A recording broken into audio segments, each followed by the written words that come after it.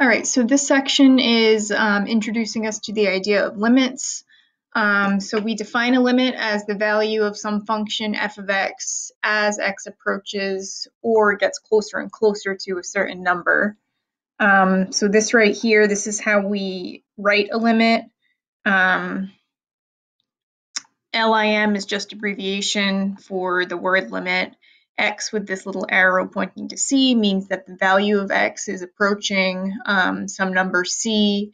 F of X is, of course, just the function that we're looking at, and L is usually a number, and it's the actual value of the limit. That's usually our answer. And the way we read this is the limit as X approaches C of F of X equals L. All right, so this first example here, and this looks like a lot, but we'll take it piece by piece. So we're going to start by finding a limit numerically. Okay, so we are finding the limit as x approaches 1 of x cubed minus 1 over x minus 1. Okay, so first thing to note here is that when x actually equals 1, we would have a problem with this function because we would have 1 minus 1 divided by 1 minus 1, which is 0 over 0, which is bad. That tells us that there's a hole in the function there. But the good thing about limits is that we're not actually looking at x equals 1. We're looking at x when it's near 1. So it's kind of like we're zooming in at 1, and we're seeing the behavior of the function as we zoom in. All right, so in this table here, the way it's set up, we have 1 in the middle here, and we have x values that are getting closer and closer to 1 from the left, and then x values that are getting closer and closer to 1 from the right. These are arbitrary values. It doesn't really matter what you choose as long as you have this idea of zooming in really close to x equals 1. So of course, we already said that it doesn't exist at 1, so you can go ahead and fill that in right there. For the rest of these, I would check for yourself on your calculator that you're getting these correct values. It's good practice. So after you do that, we can see that as we get x values closer and closer to 1, these f of x values appear to be getting closer and closer and closer to 3. And if we did keep getting closer to 1 from this side, we would never actually reach 3, but we would get really close to it. And the same thing, you can see the same thing happening from the other direction. So what that tells us is that as we zoom into x equals 1, the function value is getting closer and closer to 3. So that means the limit is 3.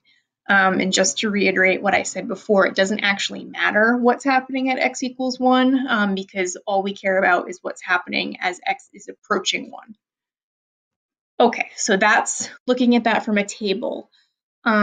Next example is actually the same exact function. You can see that right here. We're just looking at it on a graph instead of a table. So you can see here that if we graph this function, it looks a lot like a parabola. The only different thing about it is that there's a hole when x equals 1. So you can't actually see that on your notes. So you're gonna have to draw in the hole right there like I did. So what we're looking at,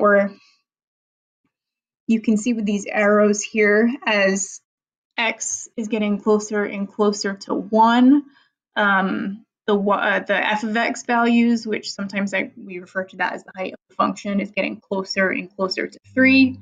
And when x values are greater than 1 on this side of the function, as we get closer and closer to x equals 1, the corresponding f of x or y values are getting closer and closer to 3. So that tells us the same thing we found before, that as x values approach 1, f of x values approach 3, which tells us that, that the limit is actually 3. Okay, so those are two different ways to find limits. Seems a little tedious, and that's because it is.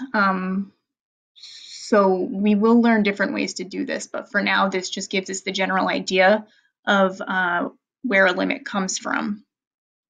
All right, So here's another example, and I suggest you try this on your own. I know you can see all the answers right here, but try it on your own just to see if you get the right idea. So when we graph this, we get this little thing right here. And again, there is a hole at 0, because if you plug 0 in for x here, you would get 0 in the numerator. 0 plus 1 minus 1. So the square root of 1 minus 1 is 0. So you would get 0 over 0 again, which tells us there's a hole at x equals 0. But just like last time, we don't really care what's happening at x equals 0. We're looking for the limit as x approaches 0. So we're like zooming in and we're seeing what this function is going towards at that point, not actually what's happening at that point. So you can see by the graph here that as the x values get closer and closer to 0, the y value is approaching 2. In the table here, you get the same exact thing. It's very clear once you get closer and closer to 0 that from either side of 0, your f of x values are approaching 2. So therefore, the limit as x approaches 0 of our function is 2. And that's the answer to that. All right, so just a general observation about limits. Usually the limit, well, actually always, the limit exists for a function if it approaches the same number from the left and the right. So in both of those examples that we looked at before, we checked numbers coming from the left and from the right, and they both were approaching the same thing. So that's important with limits. And we've said this a few times, but this is regardless of whether the actual function value is equal to that limit. It doesn't matter what's happening at the x value we're concerned with. It's just what the function is approaching. So here's kind of a basic example of that. So this is a piecewise function here. F of x is defined as 1 whenever x is not 2, and it is 0 when x is 2. So that would look like this here. Whenever x isn't 2, we have f of x is 1, which is the horizontal line.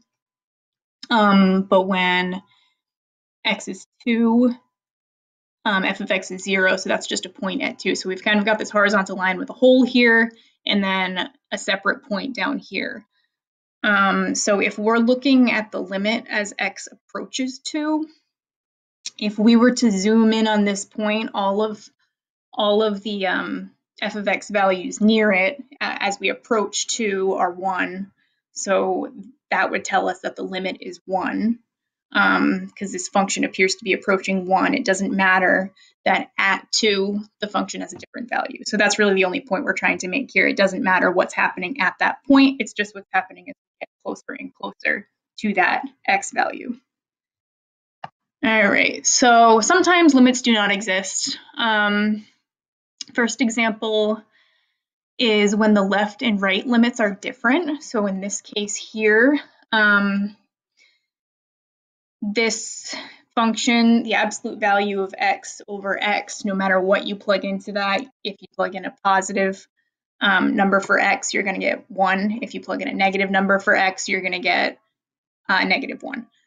So the limit as x approaches 0, so if we're looking from the left, as we approach x equals 0, zoom in, we can zoom in as close as we want over here. It's going to be negative 1.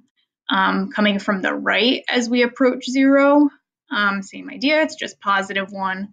So the right and left limits are different. Therefore, the limit as x approaches 0 doesn't exist. So that's the first way a limit doesn't exist. The second way is something we call unbounded behavior. What this means, what we mean by unbounded is that basically it's a vertical asymptote. So your function is either approaching positive or negative infinity. So just two examples here. The limit as x approaches 0 of 1 over x squared.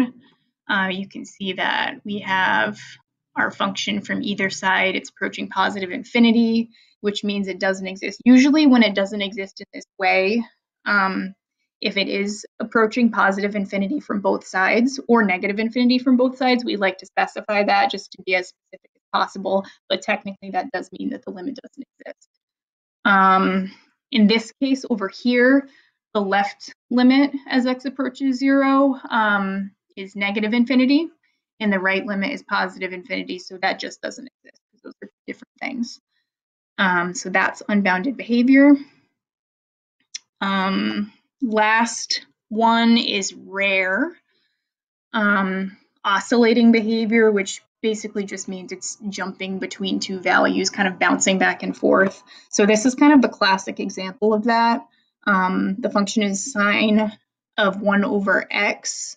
Kind of looks normal out here, but then as you get closer and closer to 0, this scary, and you can graph this on Desmos and see this, it's kind of weird if you zoom in close to 0. It kind of like bounces back and forth between 1 and -1, not really approaching anything. So if that happens, that's called oscillating behavior, and that means the limit does not exist because it's just bouncing back and forth between 1 and -1. It's not really going anywhere. There's one exception, and this is a classic example of that, and we are going to talk a little bit more about this in a few sections. In this case, it's kind of hard to see on this one, but if you graph this on Desmos and zoom in, you can see it is oscillating. It's jumping back and forth between two values, but as it gets closer to 0, those jumps keep getting smaller and smaller and smaller. So since they get smaller and smaller and smaller as you get to 0, this limit actually is equal to 0 because they keep getting closer and closer to 0. And again, I would graph that on Desmos just to see what I'm talking about. You can zoom in really close and you can see that the function, it is kind of going all over the place, but it's getting closer and closer to 0. Really cool, I know. So we're going to talk about that in a few sections. So that's it for this. Make sure you make note of any questions you have and ask them in class. All right.